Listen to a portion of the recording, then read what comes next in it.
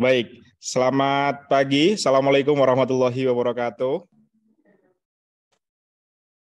terima Waalaikumsalam. kasih teman-teman yang sudah meluangkan waktunya di pagi hari ini, di weekend ya ini ya. Weekend yang sebenarnya untuk liburan, santai, mungkin bisa memanfaatkan waktunya pada pagi hari ini mengikuti webinar UMKM Series Batch 4 yang diadakan oleh Warweng Academy yang merupakan bagian dari perusahaan kami yaitu PT Warweng Steak Indonesia. Pasti teman-teman sudah kenal juga dengan PT Warweng Steak Indonesia ataupun Warweng Steak and Shake. Nah, pada pagi hari ini untuk ke depan saya Erwin Setiawan akan memandu jalannya acara webinar UMKM Series Batch 4 dan tentunya teman-teman sudah tahu juga tema pada pagi hari ini, yaitu mengenai manage sosial media untuk UMKM. Nah, sebelum kita masuk materi dan mulai acaranya, dimohon untuk seluruh peserta untuk bisa mengaktifkan kameranya. Saya ingin lihat nih wajahnya ceria, bahagia, ataupun masih buruk di pagi hari ini. Silakan bisa mengaktifkan kameranya. Silakan bisa on cam menggunakan virtual background yang sudah disebar atau di-share oleh panitia di grup peserta. Silakan teman-teman. Ini ada 42 peserta di pagi hari ini. Ini serasa private class, ini gratis, tidak dipungut biaya, teman-teman mendapatkan ilmu insight yang insya Allah akan bermanfaat dan bisa diimplementasikan sekaligus di usaha teman-teman semuanya. Ini 42 peserta, silakan boleh komen dari mana saja, usahanya apa aja. Karena ini adalah kesempatan emas teman-teman buat memperkenalkan produk kalian. Silakan ditulis di komen.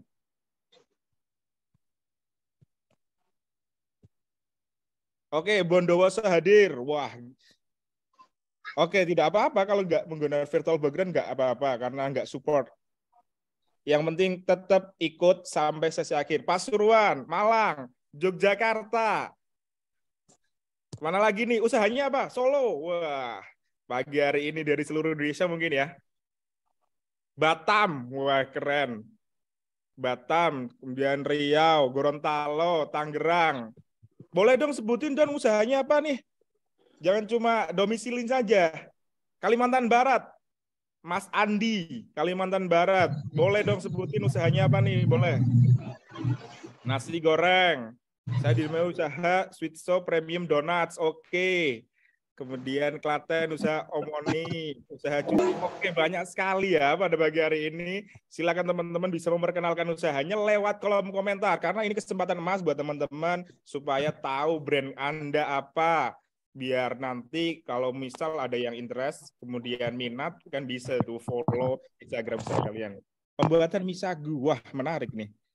Pawon Mbak Tugi Yogyakarta rendang dan sambal. Oke teman-teman, terima kasih sudah memperkenalkan domisilinya dan usahanya apa pada pagi hari ini. Tentunya pagi hari ini teman-teman akan mendapatkan insight serta ilmu yang bermanfaat yang nantinya adalah orientasinya adalah bisa diimplementasikan di usaha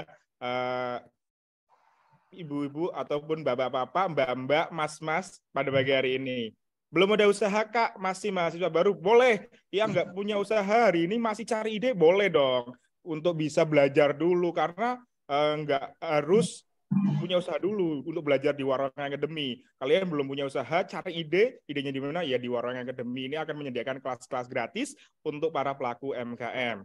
Baik, di pagi hari ini, kita materinya tentang manage sosial media untuk MKM. Tentunya sosial media tidak asing buat kita selaku pelaku MKM untuk bisa mempromosikan produknya melalui sosial media. Karena sosial media ini sekarang kan banyak sekali kan digunakan oleh semua orang. Bahkan penggunaan sosial media kita mungkin lebih banyak ya. Kita sering scroll TikTok, scroll Instagram, dan lain-lain, platform-platform yang lain, itu menjadi kesempatan emas teman-teman untuk masuk ke ranah sana. Nah, namun yang sering menjadi kendala dari para pelaku MKM adalah manajemen sosial medianya nih. Kita hanya fokus pada produk yang kita jual, kita hanya fokus pada market yang kita jual, tapi untuk CRM-nya, Customer Relationship Management-nya tidak dipikirkan. Manajemen sosial medianya jadi terbengkalai karena kita sibuk produksi, kemudian tidak membuat strategi planning. Ibarat kata kita udah sibuk membuat produk, tapi sosial media kita nggak terbengkalai ya, sangat terbengkalai sekali, tidak pernah upload konten, tidak pernah upload di sosial media, jadi orang-orang tidak tahu produk kita apa. Nah, teman-teman di sini kebanyakan sudah punya usaha, pasti sudah tahu sosial media, ya. Nah, silakan teman-teman boleh juga deh untuk bisa kolom komentar nama Instagram ataupun nama TikTok boleh di kolom Instagram. Nama usaha kalian Instagramnya apa? Silakan boleh ditulis di kolom komentar. Oke, nanti sembari nulis nama usaha di kolom komentar, pada pagi hari ini kita juga akan kedatangan yang namanya pemateri menarik, pemateri yang tentunya sudah kompeten di bidangnya, yang akan kita panggil pagi hari ini. Ya, ini adalah Mbak Haryani Rizky. Selamat pagi Mbak Haryani. Ini udah hadir belum Mbak Haryani? Ya. Pagi, halo. Halo Mbak Haryani, selamat pagi. Terima kasih Mbak Haryani sudah menyempatkan waktunya di pagi hari ini. Iya, terima kasih juga Warung Akademi udah invite aku untuk ikut webinar. Oke, Mbak Haryani ini merupakan dulu pernah berkuliah di College Jakarta Institute of Arts atau mungkin IKJ ya Mbak ya? Iya. IKJ, Institut Kesenian Jakarta. Nah, Mbak Haryani ini juga memiliki beberapa pengalaman, salah satunya adalah tadi pernah internship di Tada Network, kemudian bekerja di graphic designer di Gordi, dan sekarang Alhamdulillah Mbak Haryani Rizky ini sebagai founder the first host yang dikelola oleh Mbak Haryani sendiri. Nah, teman-teman, nanti untuk 2 jam ke depan kita akan diskusi. Teman-teman silakan tanya apa yang menjadi kendala teman-teman UMKM. Kita bedah bersama nih kendala UMKM mengenai manajemen sosial media, karena memang ini penting sekali karena customer itu pasti ada beberapa behavior ya untuk bisa membeli produk kita. Yang pertama, teman-teman itu dari customer itu interest. Kemudian setelah interest pasti kepo dong. Keponya kemana? Pasti ke sosial media. Nah, kalau sosial medianya kita aja terbengkalai, gimana customer mau membeli? Nah, gitu. Setelah kepo di sosial media, kemudian dilihat ulasannya dulu. Enak enggak, bagus enggak, gimana ulasan-ulasan pembeli yang sudah beli. Kemudian yang keempat, pasti teman-teman dari customer akan melakukan closing atau penjualan. Nah, itu pentingnya sosial media manajemen buat mengkomunikasikan produk kita dengan customer yang sudah kita targetkan. Oke, Mbak Haryani Rizky, pada pagi hari ini nanti teman-teman ada waktu nih sekitar 2 jam ke depan, kurang lebih sampai jam 11 kita diskusi. Oke, mungkin teman-teman sudah tidak sabar untuk bisa mengikuti acara pada pagi hari ini. Oh iya, pada pagi hari ini Warung Akademi juga menyediakan 4 voucher untuk makan di warung Steak and Shake. Ada 4 kesempatan. Caranya gimana? Yaitu silakan kalian bisa mendokumentasikan acara pagi hari ini, bisa mereview di kolom di story Instagram kalian. Nanti dibuat Instagram story, kemudian di text mention Warung Steak and Shake dan Warung Akademi. Nanti akan ada 4 pemenang mendapatkan voucher dari Warung Steak and Shake. Oke, paham teman-teman? Mungkin itu, silakan teman-teman juga bisa bertanya nanti di sesi akhir di kolom komentar maupun melalui raise hand untuk bertanya langsung. Oke, langsung saja Mbak Haryani Rizky pada pagi hari ini. Silakan waktu dan tempat kami silakan. Oke, Mbak Haryani bisa langsung dimulai. Oke. Selamat pagi. Aku kenalin sekali lagi. Aku ini Haryani Rizky, founder dari The First House. Orang lebih kenal aku Kiki, desainernya. Jadi sosial media itu kan sekarang udah ngetrend banget ya, penting banget untuk bisnis kamu. Di sini aku pengen ngasih insight untuk manajemen sosial media UMKM. Gitu. Ya, bisa next.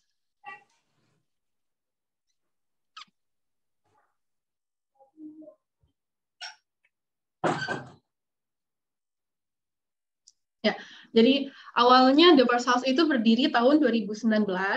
Awalnya karena waktu itu desainer grafis masih sedikit dan banyak problem dari desainer grafis pada saat itu, yaitu desainnya lama, desainnya kurang bagus, mahal. Aku berangkat dari pain point business owner pada saat itu untuk ngebikin The First House. Jadi The First House sebagai problem solving terhadap visual dan branding untuk bisnis UMKM pada saat itu. Awalnya kami cuma menjual logo, packaging, sosial media, karena semakin bertumbuh, semakin banyak kebutuhan, akhirnya mulai muncul service content writer, terus sosial media admin, ada juga content planner. Kalau misalnya ada yang butuh jasa ini bisa kontak TFH juga ya. Next. Untuk sosial media, aku ada workflow-nya sendiri seperti ini. Pertama, positioning. Kedua, goals. Ketiga, targeting. Keempat, konten. Kelima, schedule. Keenam, evaluation.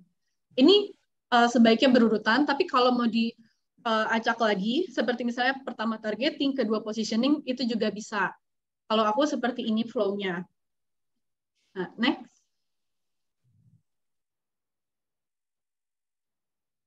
Nih, positioning itu memunculkan kesan terhadap customer kamu. Jadi misalnya kamu jualan nih, jadi nggak langsung lewat aja, tapi memberikan kesan yang impresif di customer kamu.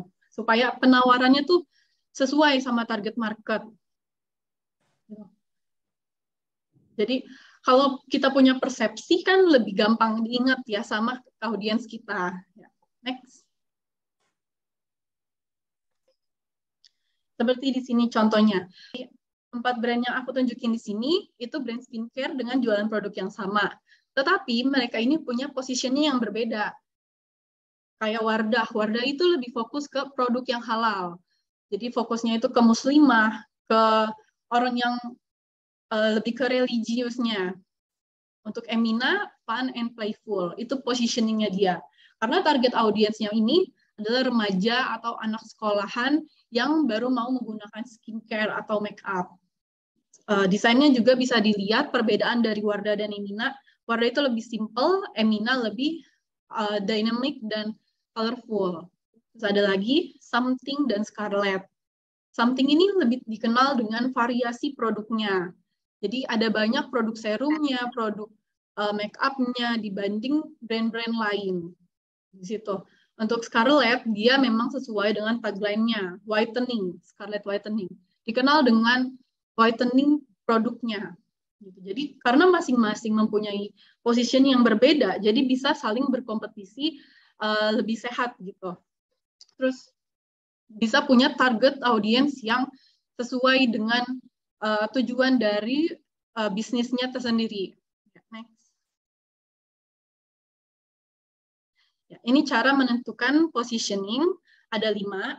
Pertama dari karakteristik produk.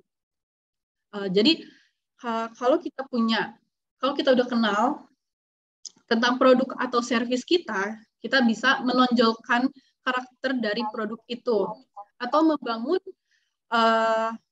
karakter tersendiri dari produk kita. Misalnya sirup marjan yang selalu ditampilkan ketika bulan puasa, ngebikin jadi sirup itu dikonsumsi ketika bulan puasa, ngebikin impresi karakter seperti itu. Atau penentuan, terus nextnya penentuan harga. Produk bisa punya harga yang setara dengan kualitasnya. Kalau misalnya produk kualitasnya bagus, terus harganya murah, otomatis dia memiliki bisa lebih berkompetisi di pasar, lebih impresif. Apalagi kalau harganya murah kan lebih mudah di-purchase dan lebih mudah diingat. Kompetisi. Kompetisi ini kita pertama riset dulu, siapa aja sih kompetitor usaha kita, terus mereka tuh kelebihan dan kekurangannya apa, servisnya seperti apa, sistemnya seperti apa. Di situ kita bisa ngelihat apa kelemahannya, kemudian ditaruh di bisnis kita sebagai kelebihan. Jadi kita serang kelemahan dari kompetitor. Seperti awal mula TFA dibangun tadi, yang aku cerita di awal, berangkat dari pain point. Apa kekurangan dari kompetitor lain, itu yang menjadi kelebihan kita. Terus penggunaan. Penggunaannya apa yang ngebedain dari produk lain. Atau mungkin bisa ngebikin penggunaan baru. Misalnya gini, Energen itu kan sebagai pengganti sarapan klaimnya. Jadi cocok untuk anak sekolah yang buru-buru berangkat sekolah nih udah telat, akhirnya konsumsi Energen biar cepet, atau orang kerja juga bisa. Tapi Energen juga bisa menjadi meal placement kan, dia bisa menjadi untuk orang-orang yang sedang diet, untuk meal placement-nya orang diet gitu. Jadi bisa untuk dua kegunaan, nggak cuma satu. Terus kualitas produk. Jadi semakin kualitasnya bagus, produk itu bisa menaruh harga yang tinggi, bisa ngebikin customer jadi loyal. Terus seperti contohnya Apple. Apple itu kan harganya mahal, tapi orang bakal terus beli karena yakin dengan kualitas produknya. Gitu. Aku kecepatan nggak ya? Next. Ya, goals. Yang kedua ini goals. Ada dua, primary dan secondary. Primary ini prioritas utama dari sosial media kamu. Mau apa? Mau awareness kah? Atau naikin engagement, konversi? Itu bisa kamu pilih yang mana yang sesuai dengan usaha kamu. Secondary goals itu lanjutan dari primary goals.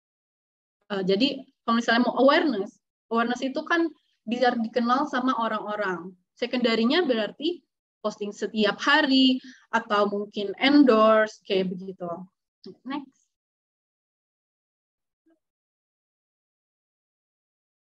Nah, cara ngebikin goals yang baik ini ada namanya SMART, SMART, Specific, Measurable, Achievable, Relevant, and Time-bound.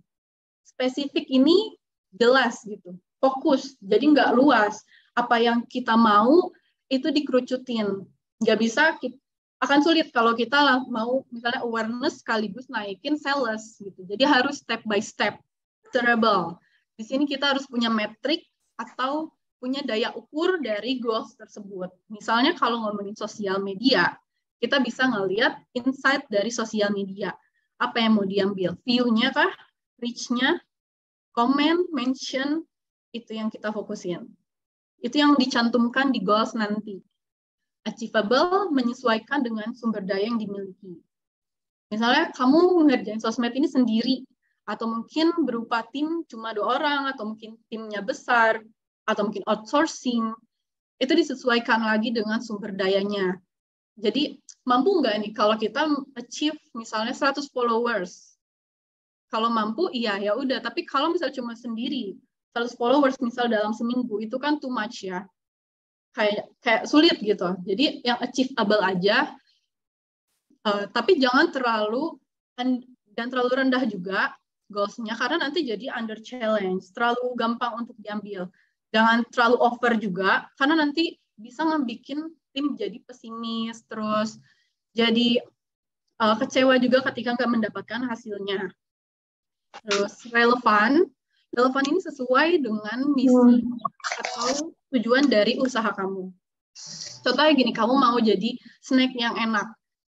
Mau dikenal sebagai snack yang enak, berarti fokusnya ke apa kata orang terhadap snack kamu. Fokus ke testimoni. Testimoni berarti mention, gitu. Mention dari orang-orang. Berarti fokusnya ke berapa banyak mention sih di 1 bulan ini atau 1 minggu. Gitu. Time bound. Itu timeline, deadline, atau durasi dari project ini. Jadi harus jelas mau berapa view dalam seminggu, sebulan, sehari. Seperti itu. Jadi bisa ke-track semuanya. Ini harus diterapkan supaya jelas gitu arahnya mau kemana. Ya, next.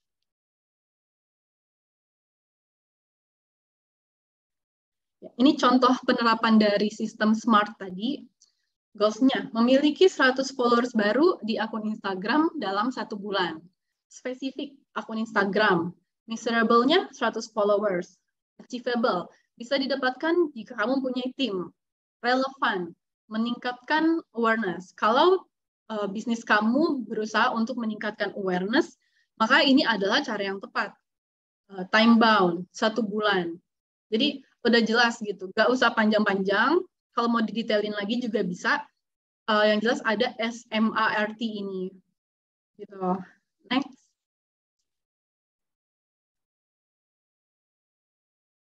Ini ngomong targeting, ada 2 istilahnya, target market dan target audience.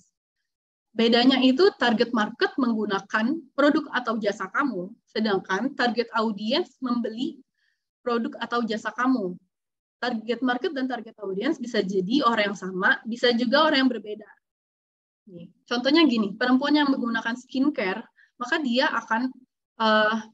mampu juga membeli skincare-nya. Dia bisa menjadi target market dan target audience. Berbeda dengan penjualan popok atau susu formula, target marketnya adalah bayi, tapi target audiensnya adalah orang tua, ibu atau bapak yang bertugas untuk membeli produk bayi. Begitu. Jadi ketika kita berbicara soal sosial media, kita lebih fokus ke target audiens. Karena target audiens itu adalah sasaran dari komunikasi kita. Jadi sesuaikan dengan target audiens, dia bahasanya seperti apa, visualnya seperti apa, gitu. Next.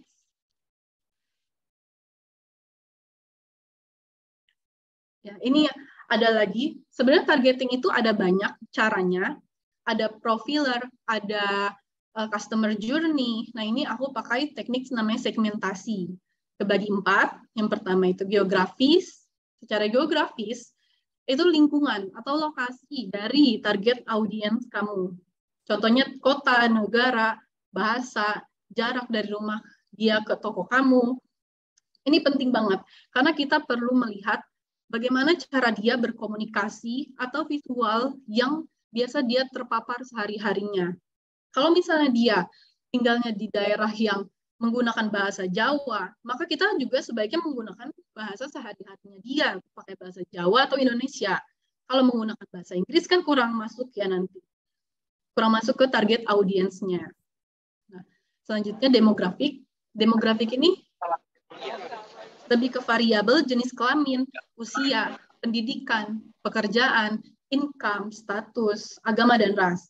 Di sini penting juga karena perbedaan antara berbicara dengan perempuan dan laki-laki itu ada. Atau umur perempuan 17 tahun dan 40 tahun juga ada. Kalau 17 tahun, kita bisa manggil dia bestie misal. Kalau lebih tua, kita bisa manggil mom atau bunda. Jadi di sini kita perlu tahu juga dengan pasti siapa target audiens secara demografisnya supaya bisa membangun bahasa yang tepat. Dan visualnya juga. Kalau lebih muda ya, remaja, itu cenderung attention span-nya rendah. Jadi kita ngebikin desain yang eye-catching, terus fokus ke produk, lebih fokus ke produk, dibanding yang lebih dewasa. Orang dewasa itu lebih fokus ke tipografi atau tulisannya. Jadi lebih informatif gitu fokusnya. Selanjutnya ada segmentasi psikografis. Any value, goals, pain point, hobi, interest, needs, dan seleranya. Sini juga penting untuk ngebikin konten. Jadi kita bisa ngebahas tentang interestnya dia. Misalnya kalau misalnya remaja itu kan lagi seringnya meme ya, atau mungkin ngebahas tentang yang lagi ngetren, tenis, atau orang-orang yang lagi populer, bisa seperti itu. Atau ngebahas isu-isu terkini, itu juga bisa dari karakter target audiens kita. Nah, selanjutnya behavioral.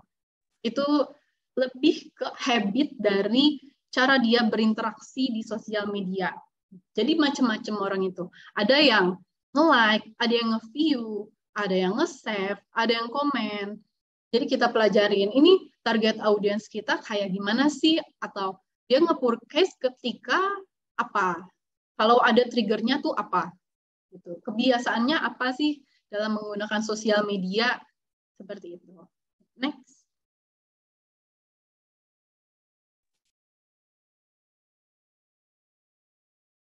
Ya, Jadi kalau udah tahu positioning dan target audiensnya, ngebikin konten itu kan bakal lebih mudah ya. Terus ada juga namanya content pillars. Ini tuh strategi dalam ngebikin konten. Ada topik-topik yang perlu kita ambil dan nggak perlu kita tampilkan. Ya, seperti itu. Contohnya, misalnya kamu lagi jualan sepatu nih, berarti kamu nggak perlu nampilin edukasi tentang saham, nggak ada korelasinya gitu kan, kejauhan, walaupun saham lagi viral pada saat itu contohnya. Nah, fungsi dari content pillars adalah meningkatkan konversi, terus bisa menyesuaikan konten dengan kebutuhan audiens, terus menjadikan identitas brand lebih kuat dan mempertahankan konsistensi. Kalau udah ada content pillars itu udah gampang banget untuk mempertahankan konsistensi kita di sosial media. Terus pengelolaan sosial media juga bakal lebih efektif dan efisien pastinya. Next. Nah, content pillars ini kebagi 5. Sebenarnya ada banyak, tapi aku ambil 5 ini yang aku gunakan sehari-hari untuk brand dan brand aku. Yang pertama, promosional. Itu informasi mengenai usaha kamu. Itu bisa disebut juga hard selling. Jadi, entah itu informasi, service, testimoni, semua tentang usaha kamu di promosional. Misalnya kamu nunjukin manfaat dari produk kamu atau testimoni orang, itu juga promosional maksudnya. Selanjutnya educational. Edukasi yang berhubungan dengan usaha kamu atau produk kamu. Ini perlu juga supaya apalagi kalau produknya ini masih baru ya. Jadi orang lebih tahu, lebih kenal dengan produk dan bisnis kamu. Yang tadinya nggak ngerasa penting, nggak ngerasa perlu untuk purchase, dengan ada edukasi bisa juga menjadi tertarik gitu untuk purchase. Terus ada lagi agile, membahas konten yang sedang viral, hari keagamaan atau hari nasional. Ini untuk nunjukin sisi humanis dan lebih engagement dengan orang-orang, biar bisa relevan juga dengan konten sehari-hari. Terus ada juga entertainment, konten yang tidak berhubungan langsung dengan bisnis kamu, tapi bisa berpotensi untuk viral. Nah, entertainment ini karena promotional dan educational ini termasuk konten yang berat ya, biar enggak jenuh, biar enggak berat terus di Instagramnya, diselingin juga dengan entertainment. Jadi orang tuh bakal terus tertarik untuk melihat sosial media kamu. Terus ada juga engagement, konten yang memancing audiens untuk berinteraksi. Jadi gak bisa kita terus nunjukin, ngomong sendiri. Kadang kita butuh juga interaksi dari audiens untuk tahu kayak gimana sih yang mereka pikirkan atau apa yang mereka mau. Seperti itu. Next. Ya, ini contoh konten pilar dari Warung Akademi, aku ambil. Nah, ini contoh promosionalnya, pengumuman mengenai lokasi baru bisnis, misalnya. Nah, aku lihat di konten, di sosial medianya lebih fokus ke promosional, tapi juga diselingi dengan edukasional, misalnya, apa itu masa pajak. Ini kan relevan dengan target audiensnya. Target audiens dari Warung Akademi yaitu entrepreneur atau pelaku UMKM. Gitu. Jadi, ketika ngasih edukasi, edukasinya tuh relevan juga, gak random. Agile juga untuk memperingati hari-hari besar, hari nasional. Gitu. Itu juga kalau mau dimasukin di konten pilar kamu bisa. Terus entertainment. Contohnya seperti ini quiz. Apalagi quiznya berhadiah, jadi bisa lebih meningkatkan insight dari Warung Akademi sendiri. Terus engagement, kontennya berupa pertanyaan. Jadi mancing audiens untuk ngejawab di komen atau di DM. Gitu. Jadi kalau misalnya promosional terus-terusan, biasanya kan gitu ya, sosial media bisnis fokusnya ke promosional, nggak suka lupa dengan educational atau konten lainnya. Akhirnya orang jadi malas nge-follow atau jadi nggak tertarik untuk ngeliatin kontennya. Karena isinya kalau jualan doang tuh bakal bosen. Ya, next. Aku ambil contoh simpelnya dari konten visual dan konten writing. Ini keyword-keywordnya. Untuk konten visual, bagian desain ada brand color, hierarki, layout, tipografi, dan style. Brand color di sini maksudnya, kalau kamu sudah ada brandingan, sudah ada warna branding yang kuat, coba diterapkan di sosial media kamu supaya lebih terkesan lagi gitu. Bisa lebih diingat oleh orang-orang, lebih berkesan di audiens kamu. Bisa juga warna-warni atau mengikuti tren, tapi lihat lagi apakah brand kamu cocok untuk mengikuti tren gitu. Hierarki dan layoutnya juga. Jadi jangan semuanya besar-besar tulisannya. Ada tulisan yang besar, ada tulisan yang kecil.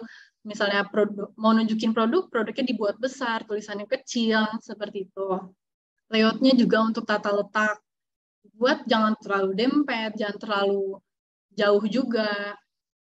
Tipografinya untuk fontnya bisa menggunakan font yang sama untuk satu brand gitu, atau konsistensi gitu dalam penggunaan tipografinya. Stylenya juga kamu bisa pakai mau foto, mau pakai misalnya watercolor, itu disesuaikan lagi dengan brandingannya. Untuk content writing, bakal bagus kalau konten kamu itu ada storytelling, karena orang-orang itu suka dengan cerita. Nah, cara untuk membuat storytelling yang bagus, ada namanya 4C formula, clear, concise, compelling, credible. Itu singkat, padat, jelas, dan kredibilitasnya bagus. Jadi, terus ada juga call to action. Setelah orang ngebaca cerita kamu nih, setelah ngelihat konten kamu, apa sih yang pengen kamu lakuin? Apa yang kamu pengen mereka lakuin gitu? Misalnya mau komen, terus atau DM, WhatsApp, itu disebutin di call to action-nya, di akhir cerita atau di caption juga bisa, apa yang kamu mau mereka untuk lakuin gitu. Terus ada hook atau capture attention. Ini mungkin kamu udah sering lihat di feeds atau di YouTube, covernya tuh clickbait. Covernya ngebikin kamu jadi pengen ngeklik gitu. Bisa menarik atensi kamu. Nah, dari semua ini, yang paling penting itu konten kita bisa memberikan emotion, supaya impress. Emotion di sini gak cuma emosi marah ya maksudnya. Emotion itu bisa senang, bisa inspiring. Jadi supaya setelah baca, setelah lihat konten kamu tuh nggak langsung lupa, terngiang gitu. Atau mungkin ngebikin mereka jadi pengen share ke teman-temannya. Berkesan gitu ini. Next.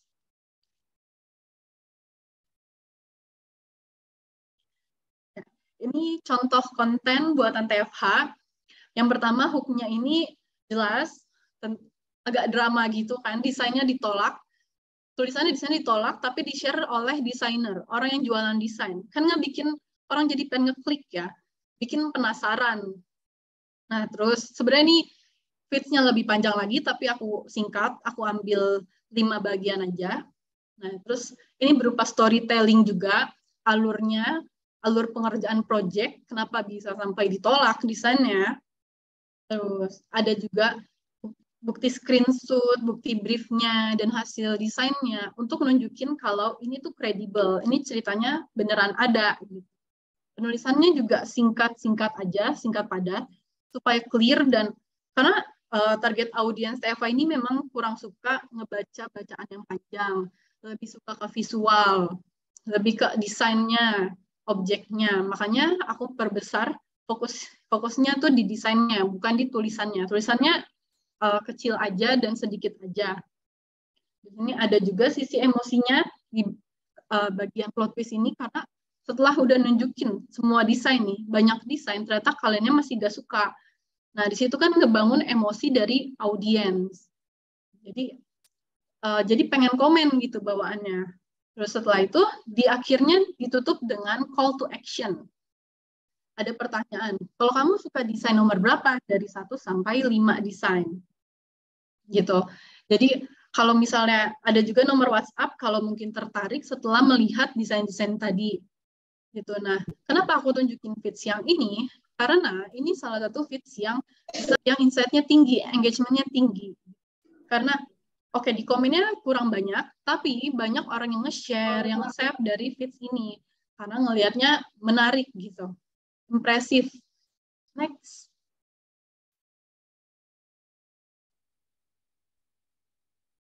Ini konten dari segi visualnya ya. Untuk brand Teva sendiri itu menggunakan warnanya dari dulu ini aja, white, light gray, navy, dan yellow. Lebih dominan untuk background itu menggunakan warna terang seperti white and light gray. Untuk tulisannya biasa kita pakai warna navy, terus dekorasinya pakai warna yellow. Gitu. Terus fontnya juga, walaupun kita pakai satu jenis font serat, tapi bisa diakalin dengan gaya-gaya yang berbeda. Jadi nggak ngebosenin gitu fontnya. Layout dan stylenya juga pakai yang vector based. Jadi nggak ada yang tiba-tiba ada foto atau ada watercolor lagi. Konsistensinya mudah untuk dipertahankan. Gitu. Ya, next. Setelah kita udah tahu target market, positioning, kontennya juga udah tahu mau kayak gimana, kita bisa ngebikin schedule. Schedule ini tergantung kenyamanan dari kamu sendiri. Mau weekly schedule atau monthly schedule. Kalau weekly itu per minggu. Enaknya weekly, kamu bisa catch up dengan konten-konten terbaru, konten viral, dengan isu-isu terbaru. Gitu. Terus kalau ada perubahan juga lebih fleksibel. Itu. Nah, kalau monthly, kamu bisa fokus, setelah ngebikin konten sebulan, kamu bisa fokus ngerjain yang lain. Kamu punya waktu untuk ngerjain yang lain. Kekurangannya untuk monthly, kamu tuh jadi nggak bisa ikutin tren. Terus kalau ada perubahan akan lebih susah nantinya. Makanya aku biasa ngebikin konten itu seminggu atau 2 minggu. Setelah itu baru ngebikin lagi untuk 2 minggu berikutnya. Supaya masih tetap relevan dengan trennya. Next.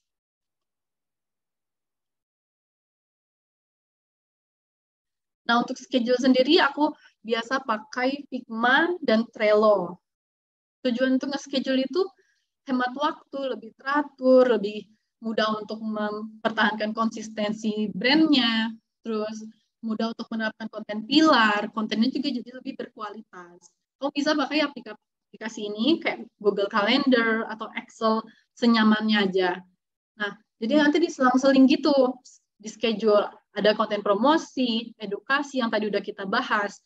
Jadi nggak terus-terusan promosi atau edukasi terus. Kita bisa planning, mau fokus ke apa sih nih brandnya, mau fokus edukasi misalnya, mau dikenal sebagai konten yang kredibel, bisa juga, atau mau banyak entertainment aja, itu juga bisa. Jadi bisa disesuaikan lagi dengan tujuan dari brand kamu. Itu sih. Next. Nah, setelah udah update kontennya sesuai schedule, kamu bisa ngeliat key performance indicator-nya dari insight sosial media kamu. Apakah sudah sesuai dengan goals yang dibuat di awal, SMART, atau belum sesuai. Kalau masih belum sesuai, masih belum dapat goals-nya, berarti kita bisa di next project menggunakan strategi yang lain. Misalnya di minggu depan kita coba konten yang lain. Tapi kalau sudah sesuai atau sudah mendekati, bisa terus dilakukan, atau mungkin dicek lagi konten apa sih yang paling banyak view-nya, yang paling banyak engagement-nya, terus direpetisi di bulan depan. Begitu. Next. Ya, ini poin-poin ketika kamu ngevaluasi, bisa lebih banyak dari ini juga, tapi ini yang paling banyak, yang paling populer itu likes, comment, follow, share, save, profil visit, view, click link, mention, dan reach. Jadi kamu bisa lihat apakah aspek-aspek ini sudah sesuai dengan goals kamu atau belum, bisa lihat di insight sosial media kamu. Apalagi kalau sosial media kamu itu sudah berupa bisnis yang profesional akun, itu bakal lebih mudah untuk mempelajari insight-nya. Gitu. Dan sih sekian dari aku. Ada yang bingung? Ada yang mau nanya? Terima kasih Mbak Haryani. Luar biasa sekali ya, sangat detail banget ya yang disampaikan oleh Mbak Haryani pada pagi hari ini, sangat detail sekali. Tadi sempat disinggung kita punya produk nih, tapi harus tahu dulu positioningnya apa. Kadang kita gini Mbak, jualan hijab tapi hanya hijab aja, nggak spesifik, misal hijab untuk olahraga dan sebagainya ya. Mungkin yang dibingungkan para pelaku UMKM gitu, menentukan positioning-nya itu yang agak susah sekali. Mungkin teman-teman tadi yang disampaikan oleh Mbak Haryani kurang paham, kurang jelas, maupun teman-teman pelaku UMKM di pagi hari ini ada yang punya pertanyaan, silahkan bisa drop di kolom komentar maupun raise hand bertanya secara langsung, karena ini kesempatan emas. Mbak Haryani ini merupakan kompeten sekali di bidang graphic designer maupun visual branding agensi. Nah, teman-teman yang punya pertanyaan silakan bisa tulis di kolom komentar maupun raise hand.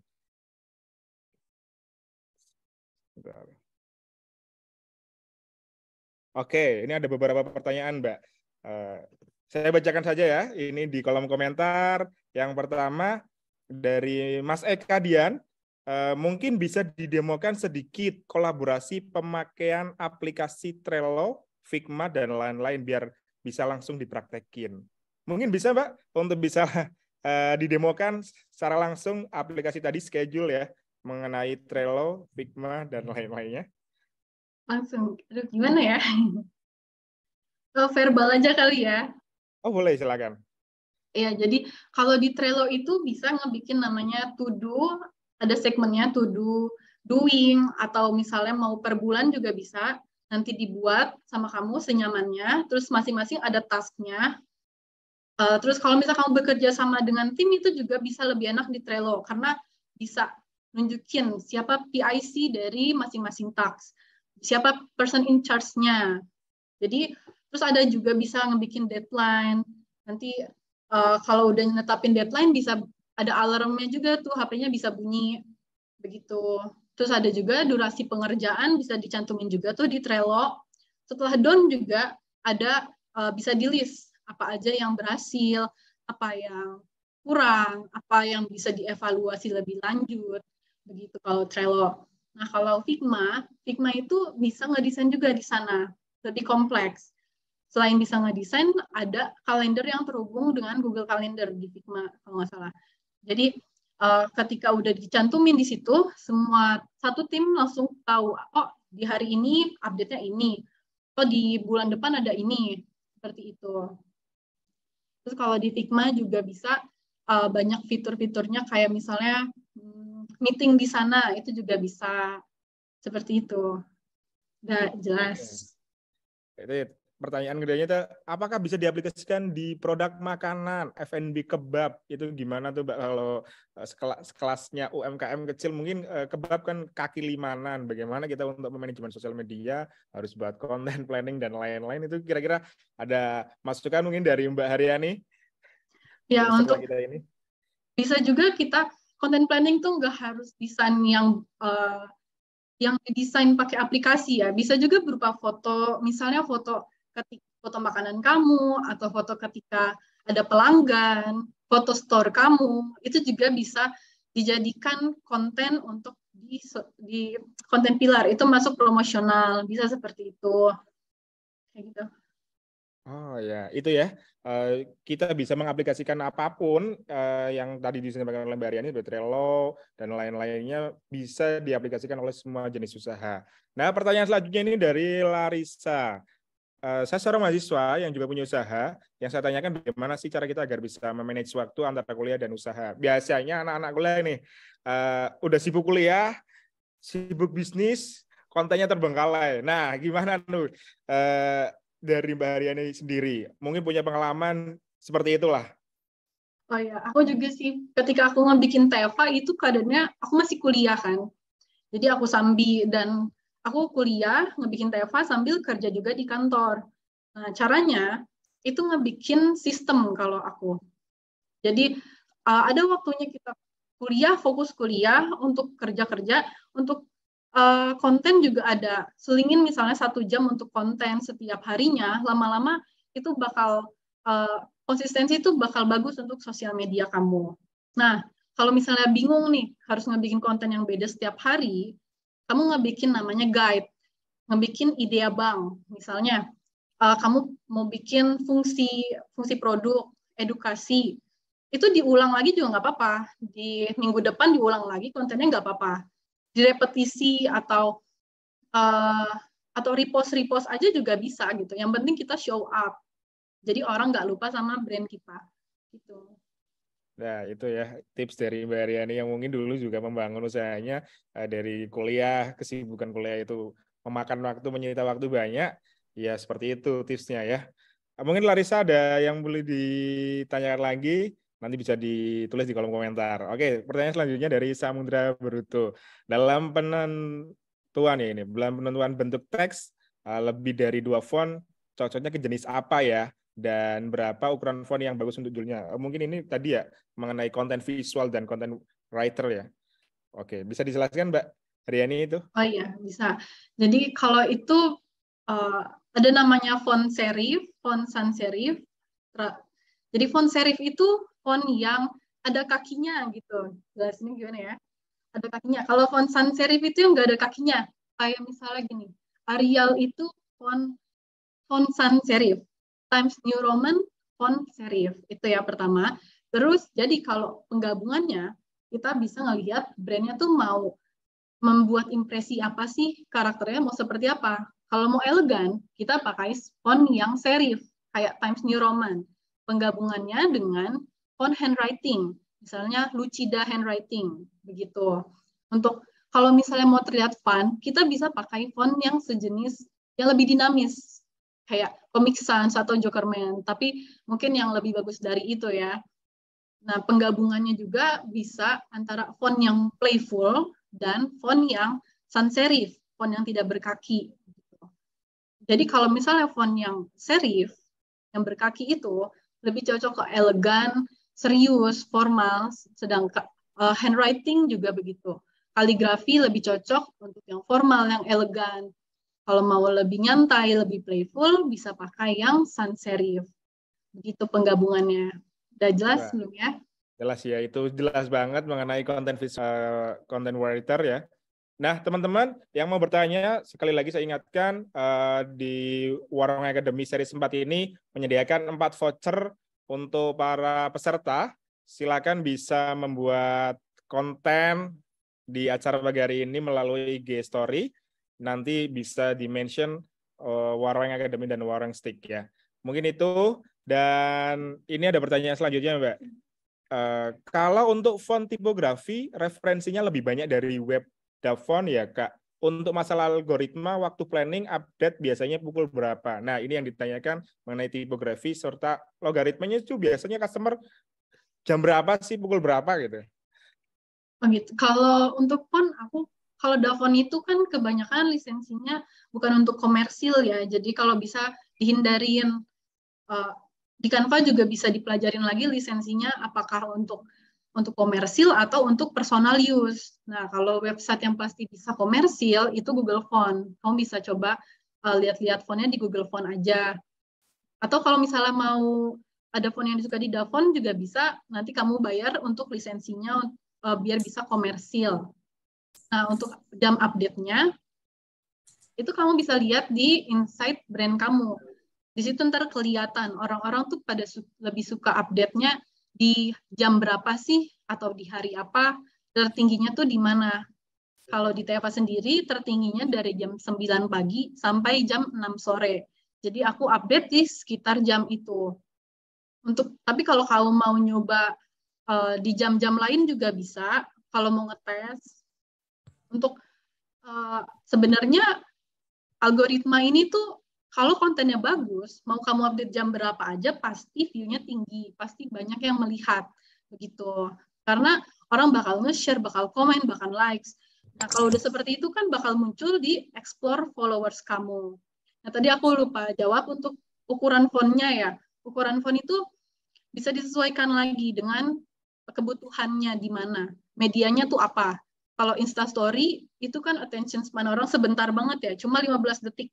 Jangan terlalu kecil fontnya, jadi yang besar aja dan singkat.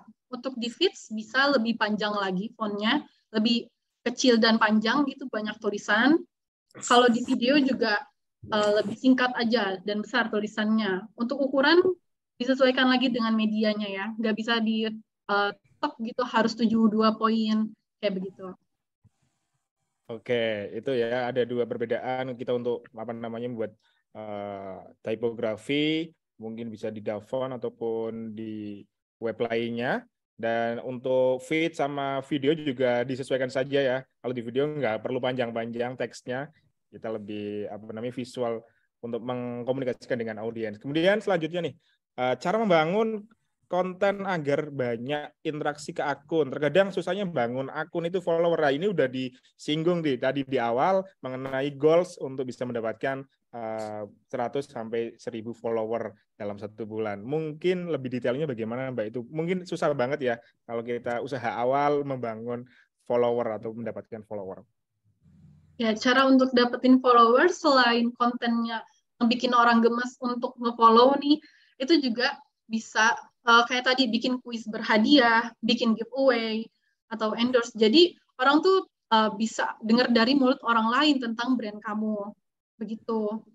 Nah, gitu ya. Biar awareness juga kita tadi poinnya adalah bikin gemes dulu deh sama audiens. Kira-kira mau nggak untuk bisa follow kita biar produk kita juga dikenal ya. Karena memang baru mulai itu ya susah sekali untuk bisa mendapatkan follower 100 sampai mungkin 1000 follower pertama. Oke, terima kasih. Untuk selanjutnya ini ada pertanyaan. Nanti akan kami pilih lagi beberapa pertanyaan. Ini ada dari Haini Sari. Halo Kak, saya mau tanya terkait dengan konten. Saya bergerak di bidang bakery. Sejauh ini kami sudah membuat konten selalu tentang produk, informasi outlet, cara order, dan beberapa reels komedi yang selalu ada di produk kami di dalamnya. Kalau kami menyelipkan beberapa konten edukasi di luar produk-produk kami, kira-kira boleh nggak, Mbak? Kayak gitu. Oh iya, boleh banget itu. Jadi orang lebih paham lagi kan tentang bakery itu sendiri, atau mungkin yang berhubungan dengan produk kamu, kayak sejarahnya bakery kamu, atau sejarah rotinya itu sendiri, jenis-jenis roti, edukasinya, itu kan bisa orang juga lebih mudah ketika purchasing roti kamu ketika sudah teredukasi. Gitu. Nah, gitu ya. Boleh banget, mungkin bisa kalau bakery mengenai edukasi tentang bahan baku, mungkin bisa, ataupun manfaat ketika produk kita dibeli oleh konsumen itu gimana, bisa untuk bisa membuat konten-konten seperti itu. Kemudian pertanyaan selanjutnya dari Wanda Putri Aprilia. Kak, mau tanya nih, menurut para pelaku usaha, hal yang paling menonjol buat lebih semangat berusaha itu apa sih setelah mengalami kegagalan? Pas awal berusaha udah nyerah karena kayak gak bisa meyakinkan orang lain gitu loh. Dan itu bikin males banget untuk profit yang lebih menghasilkan dalam hal apa ya? Kalau dalam hal makanan, matang atau enggak habisnya. Kemudian selain itu ada usaha lain yang kakak lalui atau tetap fokus pada usaha ini? Nah, mungkin itu ya. Di awal semangat, kemudian nggak ada yang beli, jadi nggak semangat lagi, nyerah gitu. Nah, mungkin pengalaman dari Kak Haryani boleh diceritakan apakah dari dulu memang fokus dalam usaha ini atau memang passionnya ini gitu. Iya, jadi dulu tuh TFA sebenarnya sempat bisa dibilang gagal ya sebelum jadi yang sekarang. Karena aku bikin kayak ya udah bikin aja tapi nggak dipikirin detailnya, brandingnya juga asal gitu. Yang penting jadi. Waktu itu padahal aku udah harga lebih murah dari kompetitor, servisnya bagus, terus cepat juga pengerjaan dibanding kompetitor. Aku bahkan sampai Insta Ads, endorse selebgram sampai berjuta-juta tapi nggak nge-cover, malah merugi gitu. Nah, setelah itu aku coba lagi kan untuk rebranding sebutannya. Rebranding itu aku mengubah logo, mengubah visual. Terus aku justru walaupun aku udah rugi nih di harga murah, aku justru naikin lagi harganya. Aku ngikutin kompetitor walaupun masih baru.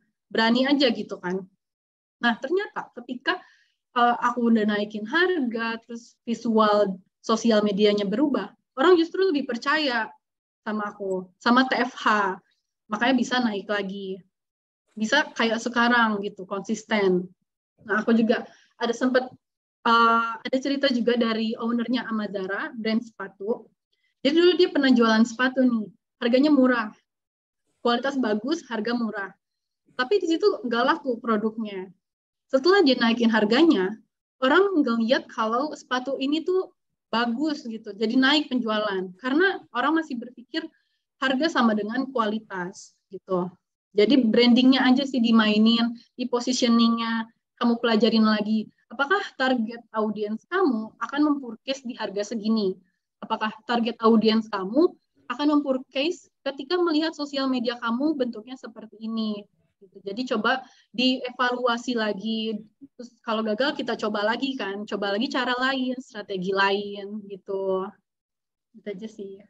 Wah, sangat detail tadi ya disampaikan oleh Mbak Haryani ya. Pengalaman-pengalaman memang visual branding di sosial media itu penting sekali karena memang kalau kita nggak membranding produk kita, iklan kita ya mungkin nggak awareness sama produk kita dan tidak akan menghasilkan penjualan lah seperti itu.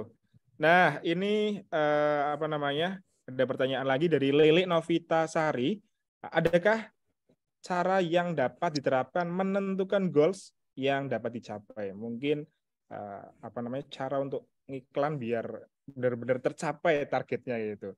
Ada tips khusus nggak Mbak dari Mbak Haryani mengenai pertanyaan ini?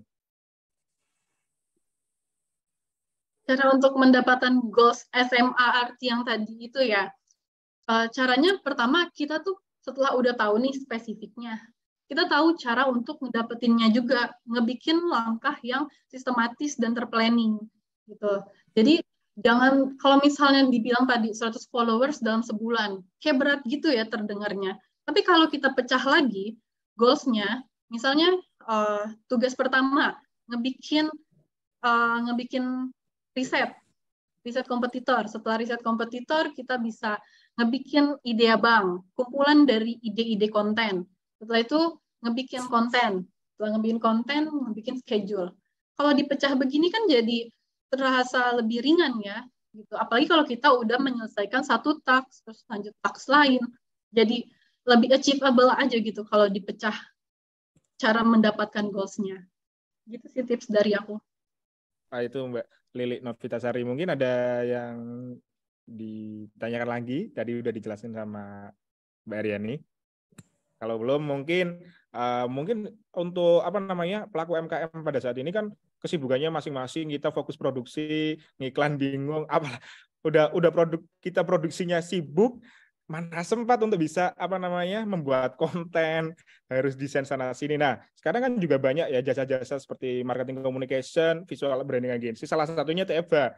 Nah, bisa didelegasikan tuh kontennya untuk usaha-usaha kalian di TFH ataupun jasa-jasa branding agency kayak gitu. Jadi teman-teman nggak perlu untuk apa namanya memikirkan konten planning, kemudian untuk bikin schedule. Jadi teman-teman bisa didelegasikan oleh tadi visual branding. Salah satunya usaha dari Mbak Haryani adalah TFH, The First Source itu. Kemudian ada pertanyaan lagi. Oke. Kak, saya mau tanya, ini produk saya kan sambal dan rendang. Sambal banyak kompetitornya, Red Ocean. Kita iklan di mana-mana, kalau di TikTok pasti yang main TikTok lagi-lagi scroll adanya iklan sambal. Nah, itu banyak sekali kompetitornya. Nah, sambal banyak kompetitor, bagaimana produk kita bisa menjadi dikenal sama target konsumen selain promosi produk? Gimana tuh, Mbak? Produknya Red Ocean, bagaimana produk kita bisa menjadi dikenal? Orang itu tahu meskipun kompetitornya banyak. Nah, ada tips Mbak untuk pertanyaan ini? Ya, itu bisa ngebikin namanya campaign. Jadi salah satu caranya itu ngebikin challenge misalnya sama audiens kamu. Kalau misalnya challenge makan sambelnya gimana kalau dikontenin kayak begitu. Terus ntar apa hadiahnya kalau dia bisa ngelewatin challenge, kan jadinya orang tuh tertarik untuk ngepromosiin tapi nggak yang promosi banget. Udah gitu orang yang ngelihat juga nggak berasa kalau itu iklan gitu loh. Jadi itu fokus ke campaign. Terus lihat lagi apakah sudah tepat target audiens kamu, positioningnya seperti itu. Jadi nggak usah takut kompetitor banyak. Kalau kamu brandingnya udah kuat, kamu nggak bakal bisa kalah saing. Karena setiap orang pasti punya setiap brand pasti punya segmennya masing-masing. Pasti ada customer loyalnya masing-masing. Begitu. Nah, itu ya. Tadi meskipun produk kita masuk ke dalam posisinya Red Ocean, banyak kompetitor, ya pinter-pinternya kita ngiklannya gimana. Salah satunya tadi yang disampaikan oleh Mbak Haryani adalah sosial media campaign-nya bagaimana. Entah itu dibuat ASMR mungkin makan sambel, kan bisa jadi itu. Apa yang saya lihat itu biasanya kalau iklan-iklan sambel itu cara masaknya langsung live gitu loh. Jadi orang-orang katakan, oh ini produknya benar-benar dilihatkan cara proses produksinya. Biasanya sih gitu sih ya. Kalau saya lihat di sosial media TikTok biasanya ya, itu sering banget. Kemudian pertanyaan selanjutnya Mbak ini dari Haini Sari. Wah ini pertanyaannya semakin banyak ya, semakin banyak karena memang menarik sekali Mbak untuk membahas mengenai manajemen sosial media untuk UMKM, karena memang UMKM perlu banget sih untuk bisa manajemen sosial media. Pertanyaan selanjutnya dari Haini Sari, kalau misal akun Instagram usaha sudah tidak aktif selama hampir 1 tahun, padahal followernya sudah di atas 1.000. Waduh, sayang sekali ya, udah di atas 1.000, pasif. Jika ingin diaktifkan kembali untuk rebranding, baiknya kami tetap memakai akun yang lama atau bikin akun baru ya? Waduh, gimana tuh Mbak? Ya, pakai akun yang lama juga nggak apa-apa, karena kamu jadi gak mulai dari awal kan, dibanding bikin akun baru 0 followers gitu. Jadi ntar kamu setelah dibuka lagi akunnya aktif-aktif aja. Jadi ada view-nya, ada orang-orang yang udah ngikutin kamu. Begitu kalau saran dari aku. Rebranding tuh gak masalah kalau followersnya sama. Mungkin dia jadi tertarik dengan brandingan kamu yang terbaru. Nah, itu ya. Nggak perlu membangun follower dari nol lagi, malah tambah susah lagi. Udah di atas follower tuh, manfaatin tuh follower dari Mbak Haini Sari. Mungkin Mbak Haini Sari bisa membuat konten planning, ataupun kalau Mbak Haini Sari sibuk, boleh deh didelegasikan di TFH tuh, The First Sales, siap untuk membuat konten planning, schedule untuk usaha teman-teman semuanya. Kemudian, wah ini pertanyaannya masa depan nih. Sebentar lagi kita akan mengalami masa resesi. Menurut Kakak gimana para pelaku usaha untuk mengatasi resesi tersebut? Mungkin yang usahanya tentang F&B, tidak jasa, ataupun mungkin jasa, itu gimana Mbak untuk menghadapi yang katanya akan gelap nih tahun 2023?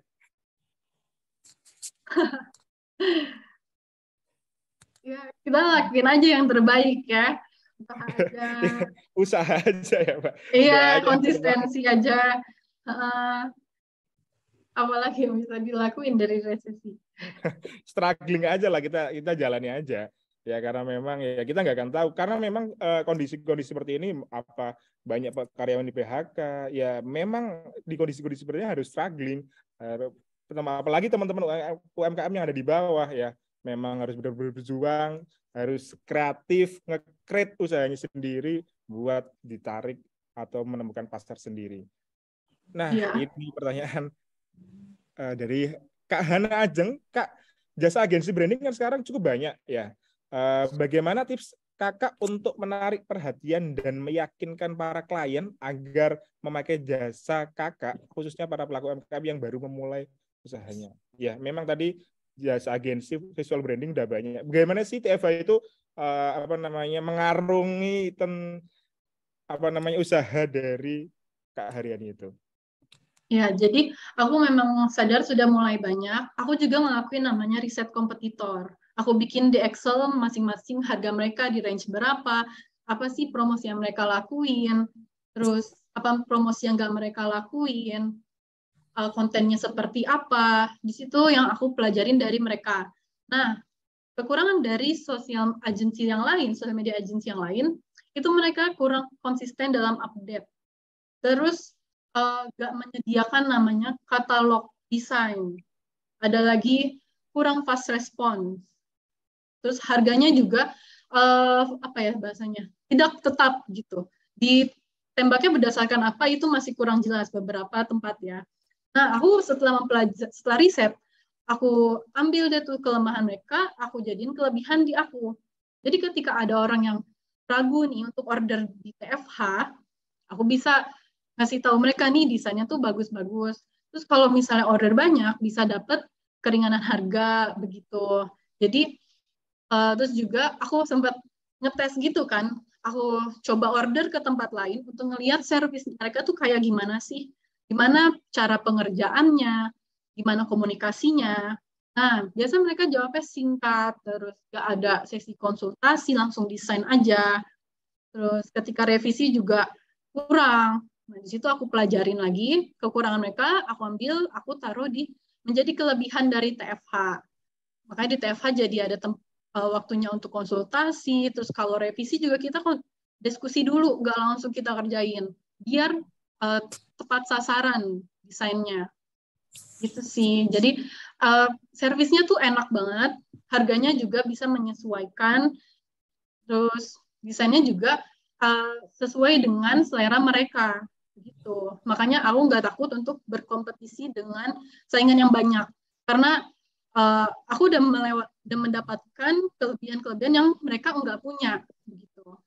Jadi walaupun ada yang desainnya lebih bagus dari TF, harga lebih murah, tapi untuk mendapatkan servis yang eksklusif, yang rasanya high end, ya dengan harga yang murah, yaitu di TFH doang gitu aku ngerasanya. Keren banget ya tadi Mbak Aryani menceritakan meskipun kompetitornya banyak, Mbak Aryani tadi menjelaskan kita harus tahu tuh diferensiasi usaha kita itu apa dari kompetitor yang lain. Nah, itu kelemahan dari kompetitor yang lain itu apa? Kita create di usaha yang tadi Mbak Aryani bangun, dan itu menjadi kelebihan di salah satu brandnya Mbak Aryani sendiri. Dan itu bisa diimplementasikan oleh teman-teman para pelaku UMKM ya. Kita ngintip-ngintip dulu nih kekurangan kompetitor apa, nanti kita bangun di usaha kita. Tadi sempat ada pertanyaan, banyak sekali Mbak Aryani nih pertanyaannya. Oke, untuk kelas PKL, oke ini ada pertanyaan. Untuk kelas kaki 5 dengan segmentasi kelas menengah ke bawah, kebanyakan tidak peduli akan visual dan konten. Yang penting jualan, yang penting jualan. Kita nggak perlu, yang biasanya gitu kaki 5 itu, ya yang penting jualan, harga murah, kayaknya cocok nih untuk orang-orang atau customer kita, padahal ketika harganya sudah murah, perang harga nggak laku. Itu gimana Mbak untuk menghadapi seperti itu? Tantangan sendiri sih untuk mengedukasi pasar. Iya benar. Jadi target market atau target audiens itu kan ada kebagi dua, primer dan sekunder. Target market primer kamu mungkin orang yang membutuhkan makanan dengan harga murah. Nah, target sekundernya bisa jadi remaja yang suka datang ke restoran atau tempat kaki 5 yang viral. Gitu. Jadi kamu bisa dengan bermain di sosial media, kamu bisa menggapai target market yang lain, target market yang baru. Jadi nggak cuma perang di harga, kamu bisa perang di sosial medianya juga. Gitu. Jadi kan itu kelebihan kamu. Kaki 5 lain nggak fokus di sosial media, nggak main sosial media, tapi kamu main. Itu nggak bikin kelebihan, nggak bikin daya tarik untuk orang lain, nggak bikin trust, nggak bikin orang tuh jadi pengen ke tempat yang mereka udah kenal begitu. Nah, itu benar. Kaki 5 harus punya perbedaan. Yang aku lihat ini selama aku main TikTok ya, ada salah satu usaha yang jualan kaki 5. Kalau teman-teman main TikTok, kalau sering live TikTok itu jualan sate ya. Mungkin teman-teman pernah lihat FYP-nya yang jualan sate, pakai lontong, sambal dan lain-lain. Mungkin teman-teman tahu kan konten-konten itu. Nah, dari situlah, dari live TikTok jualan sate kaki 5 di pasar, padahal kalau saya lihat itu justru menaikkan traffic penjualan dari penjual sate itu. Nah, ini menjadi salah satu perbedaan penjual sate live TikTok. Itu kan jarang-jarang kan ada penjual sate untuk jualan di live TikTok, dan itu rame banget sampai jutaan viewer, like, yang komen juga di akun tersebut. Karena memang kita sebagai PKL atau pedagang kaki 5, UMKM di trotoar ataupun di food court yang membangun dari bawah, ya kita harus punya diferensiasi dari usaha kompetitor yang lain. Ini ada lagi, ini pertanyaan kedua tampaknya dari Mbak Lili Novitasari.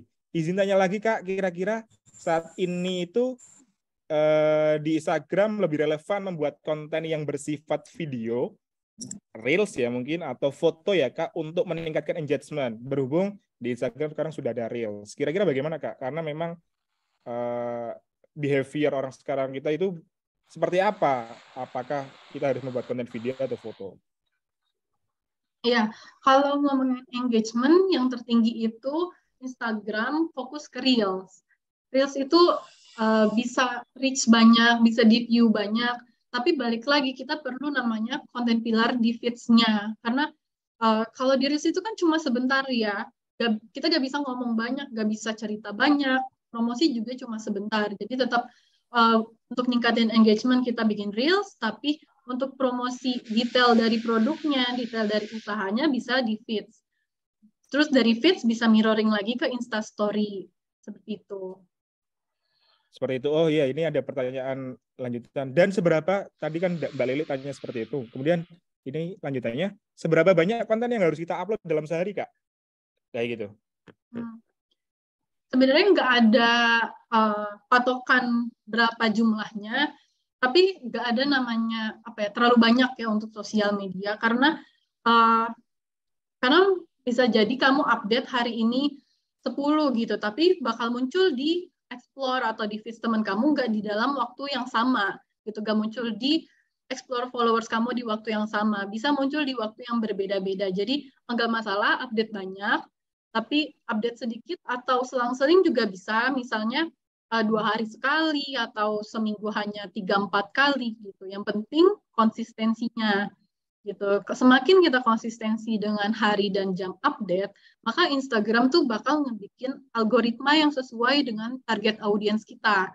Misalnya kamu nggak bisa update setiap hari, ya udah kamu pilih hari yang kamu bisa update aja, misalnya Senin, Rabu, Minggu gitu, seminggu 3 kali di jam yang sama, terus-terusan kamu konsistensi, repetisi di hari dan jam yang sama, nanti followers kamu bakal sadar kalau, oh jam segini update-nya brand ini. Instagram juga bakal ngebantu untuk nge-reach target audiens yang sesuai dengan kamu di jam-jam segitu. Gitu ya Mbak Lili, yang sudah dijelaskan rinci banget dari Kak Haryani tadi mengenai engagement, untuk menaikkan engagement. Dan saya mau tanya lah, kesempatan nih kalian tanya aja. Biasanya kalau kita di Instagram kan banyak tuh endorsement yang lewatnya hanya IG story. Apakah itu juga berpengaruh Mbak, IG story menaikkan engagement sosial media kita? Kalau Instastory itu dilihatnya hanya oleh followers brand aja, followers Instagram aja. Jadi kalau engagement mungkin kurang ya, untuk reach-nya kurang. Tapi memang orang-orang itu atau target audience kebetulan di TFH lebih prefer untuk ngelihat Instastory dan nge-DM gitu dibanding ngelihat feeds. Jadi disesuaikan lagi, dipelajari target audience kamu tuh tipe yang lihat di feeds atau Instastory, tipe yang komen atau DM gitu. Jadi setelah tahu behavior dari target audience kamu, kamu bisa fokus juga nih mau serang Instastory, feeds atau Reels seperti itu. Oke, terima kasih Mbak Haryani. Nah ini ada pertanyaan terakhir, mungkin ini pertanyaan terakhir ya, karena kita sudah banyak sekali tadi ilmu materi yang sudah disampaikan oleh Mbak Haryani.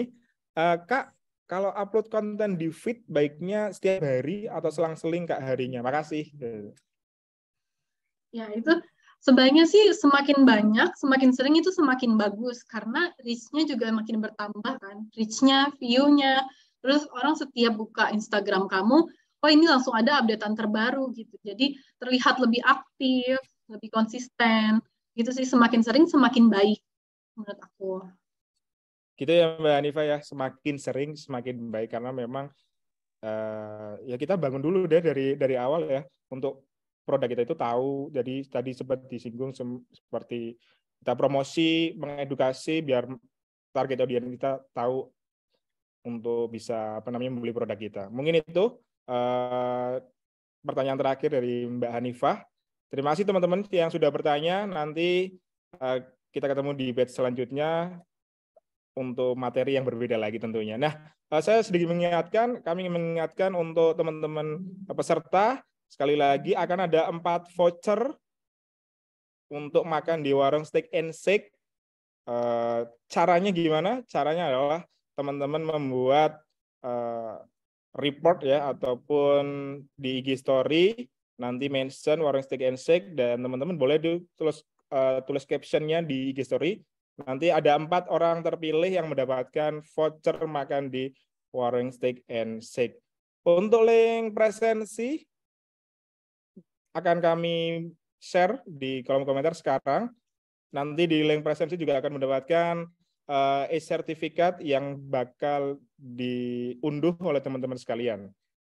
Mungkin itu, kita sudah masuk sesi akhir Mbak Aryani, seru banget. Hari ini teman-teman juga antusias di pagi hari ini ya. Ini udah mau siang tapi tanggap pagi aja deh, karena semangatnya pagi. Nah, untuk mengakhiri webinar UMKM Series Batch 4, mungkin ada closing statement Mbak Aryani dari Mbak Aryani sendiri untuk teman-teman pelaku UMKM. Ya, aku mau bilang terima kasih untuk yang udah luangin waktunya untuk mendengar ini, webinar ini, terus untuk Warung Akademi juga udah ngadain webinar ini. Semoga insight-nya bisa berguna ya untuk brand atau usaha UMKM kalian. Gitu sih. Nah, itu ya, tadi apa yang disampaikan oleh Mbak Aryani bisa diimplementasikan, ataupun mungkin teman-teman yang kepo nih sama The First Horse, bisa langsung di-follow, apa IG-nya Mbak? tfh.design ya. Nah, itu nanti bisa langsung di-follow, dikepoin, siapa tahu ngobrol-ngobrol dulu sama timnya Mbak Aryani, nanti bisa kerjasama mungkin UMKM yang mau naik kelas melalui branding sosial medianya. Untuk mengakhiri sesi webinar pada pagi hari ini, kita foto terlebih dahulu nih.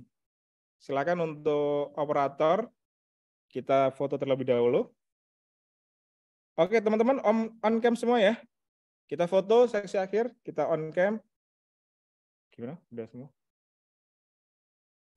Oke, kita nunggu teman-teman yang belum on cam. Oke. Gitu ya. Udah. Udah nggak apa-apa. Oke, teman-teman sudah on cam ini? Ya, terima kasih. Kita foto terlebih dahulu. Saya hitung ya. 1, 2, 3. Udah. Oke, slide selanjutnya. Oke. Slide selanjutnya. Oke, 1, 2, 3. Slide 3 ya. Slide 3. 1, 2, 3. Oke. Oke, sudah sedikit menyimpulkan yang tadi disampaikan oleh Mbak Aryani. Tentunya tadi sempat disinggung mengenai positioning, kita harus tahu dulu positioning dari produk kita itu apa, biar target audiens kita tahu kita itu jualan spesifik seperti apa, seperti itu. Kemudian untuk content pillar juga sebagai media mengkomunikasikan produk kita dengan target audiens, supaya target audiens kita tahu kita itu jualan apa, kemudian interest, kemudian awareness, dan akan terjadi closing penjualan. Nah, ada beberapa poin penting yang harus teman-teman tahu untuk membuat konten. Tadi sempat dijelaskan seperti promosional, edukasional, agile, entertainment, dan engagement ya. Jadi poin-poin penting itu yang mungkin bisa diterapkan oleh para pelaku UMKM pada pagi hari ini. Nah, untuk slide materi nanti akan kami share di grup peserta sebagai bahan untuk belajar teman-teman UMKM, dan jangan lupa terus pantengin Instagram Warung Academy yang disponsori oleh PT Warung Steak Indonesia, Warung Steak and Shake, yang insya Allah akan memberikan kelas-kelas gratis untuk para pelaku UMKM di seri selanjutnya. Terima kasih atas pemateri pada pagi hari ini, Mbak Aryani. Terima kasih banyak sudah meluangkan waktunya. Ya, terima kasih juga. Oke, terima kasih Mbak Aryani, dan teman-teman saya ucapkan terima kasih sudah mau bergabung untuk bisa belajar bersama di pagi hari ini. Saya Erwin Setiawan, pamit undur diri. Sampai jumpa di seri selanjutnya. Wassalamualaikum warahmatullahi wabarakatuh.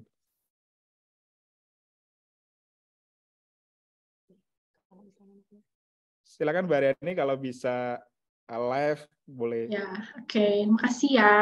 Sama-sama Mbak Riani.